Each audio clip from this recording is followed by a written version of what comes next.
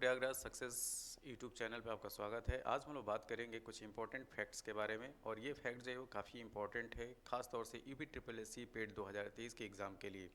तो quick revision के series में चलिए स्टार्ट करते हैं। यहाँ पे जो है ऋग वैदिक कालीन नदियाँ दी गई हैं और उन नदियों का नाम आज की डेट में क्या है उसके बारे में बात करेंगे। तो एक तरफ प्राचीन नाम लिखा हुआ है और दूसरी तरफ उनका आधुनिक नाम, मतलब कि वर्तमान समय में उन नदियों को किस नाम से पुकारा जाता है। तो इस क्रम में जो पहली नदी है वो है क्रुमु।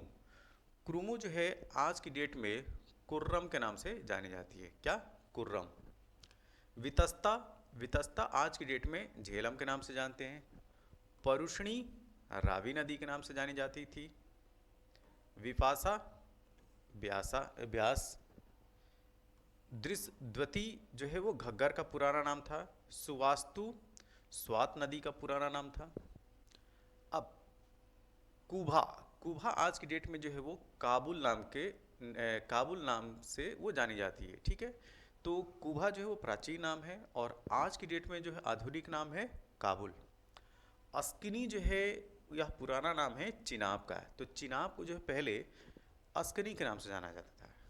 जो सतलज रिवर है वो पहले सतुद्री के नाम से जानी जाती थी। और घग्गर जो अक्सर पूछा जाता है, सॉरी गंडक, गंडक को जो है वो सदा नीरा के नाम से जाना जाता था।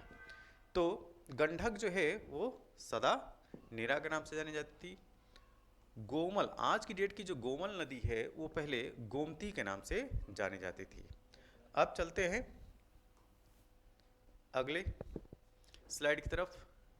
जो वेदांग हैं, ठीक, वेदांग जो है उनकी संख्या 6 बताई गई है और ये सारे वेदांग जो है मानव रूपी जो शरीर है, ठीक, वह किसी न किसी अंग से उनकी समरूपता दिखाई गई है। जैसे शिक्षा, शिक्षा जो है वो समरूप है नाक का। निरुक्त कान। ज्योतिष नेत्र। कल्प हाथ। व्याकरण मुख। छंद पाँव। ये आपको ध्यान में रखना है। तो वेदांग जो है वो 6 होते हैं और वो जो है वो मानव रूपी जो शरीर है वह 6 अंगों से संबोधित किए जाते हैं। जैसे शिक्षा नाक, निरुक्त कान, ज्योतिष नेत्र, कल्प हाथ, व्याकरण मुख, छंद और पाँव। छंद जो है वो पाँव के नाम से। अगला, बुद्ध के जीवन से संबंधित जो बौद्ध धर्म के प्रतीक हैं, अब हम उसके बारे में बात करेंगे। जैसे एक तरफ यहाँ पे घटना दिया हुआ है, अब वह किस प्रतीक से संबोधित किया जाता है या बताया जाता है उसके बारे में। जैसे गर्भस्थ होना, ठीक है, या हाथी सिंबल है। महात्मा बुद्ध का जन्म, कमल और सांड उसके प्रतीक हैं। गृह त्याग घोड़ा प्रतीक है। ज्ञान जो है वो पीपल बोधि वृक्ष जो है यह प्रतीक बना। निर्वाण जो है वो पदचिन्ह है। ठीक है, अगर पदचिन्ह महात्मा बुद्ध के दिखाई पड़ते हैं तो वो निर्वाण को संकेत करता है। महापरिनिर्वाण, ठीक है, जब वो अपना जो है देह त्याग करते हैं तो वह स्तूप जो है वो प्रतीक के रूप में जाने जाते हैं। तो ये था बुद्ध के जीवन से संबंधित बौद्ध धर्म के प्रतीक। अब हम बात करेंगे अगली स्लाइड के बारे में। ये भी जो है काफ़ी इंपॉर्टेंट है। अक्सर जो है बौद्ध जो संगीतियाँ हैं उनके बारे में पूछा जाता है, उनका टाइम पीरियड पूछा जाता है और किसके शासनकाल में हुआ था और साथ में उसकी अध्यक्षता किसने की थी। तो बौद्ध धर्म में जो है वो 4 जो है वो समितियाँ हुई हैं या संगीतियाँ हुई हैं, प्रथम, द्वितीय, तृतीय और चतुर्थ। जो प्रथम संगीति है वो 483 ईसा पूर्व, ध्यान दीजिएगा इस टाइम पीरियड को, 483 ईसा पूर्व, यह वही टाइम पीरियड है जिस वर्ष महात्मा बुद्ध जो है महापरिनिर्वाण को प्राप्त होते हैं और यह होता है राजगीर, बिहार में जो है राजगीर जगह है वहाँ पे।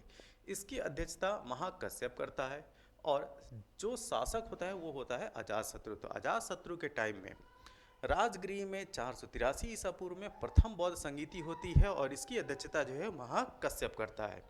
दूसरी जो बौद्ध संगीति है 100 साल बाद होती है 383 ईसा पूर्व में और यह जगह होता है बिहार के वैशाली में। इसकी अध्यक्षता सर्वकामी करता है और काला शोक के टाइम पे यह जो है बौद्ध संगीति का आयोजन किया जाता है। तो जो दूसरा बौद्ध संगीति है वह काला शोक के टाइम में वैशाली, जिसकी अध्यक्षता सर्वकामी करता है, वो 383 ईसा पूर्व में होती है।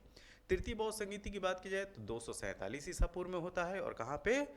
पाटलिपुत्र, और इसकी अध्यक्षता करता है मोगलीपुत्र 30 और किसके शासनकाल में होता है? सम्राट अशोक के शासनकाल में।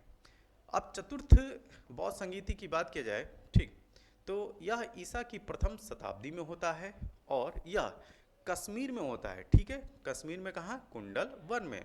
और इसकी अध्यक्षता जो है वो वसुमित्र करता है और उपाध्यक्ष अश्वघोष होता है। और किसके टाइम पीरियड में होता है? कनिष्क के टाइम पीरियड में। तो ये कुछ इंपॉर्टेंट फैक्ट्स थे इतिहास से, ये जानना जो है काफ़ी ज़रूरी है और यहाँ से जो है प्रश्न अक्सर आते हैं। यह वीडियो आपको कैसा लगा? जैसा भी लगा हो आप अपने सुझाव जो है कमेंट बॉक्स में ज़रूर दें। तब तक के लिए थैंक यू, धन्यवाद।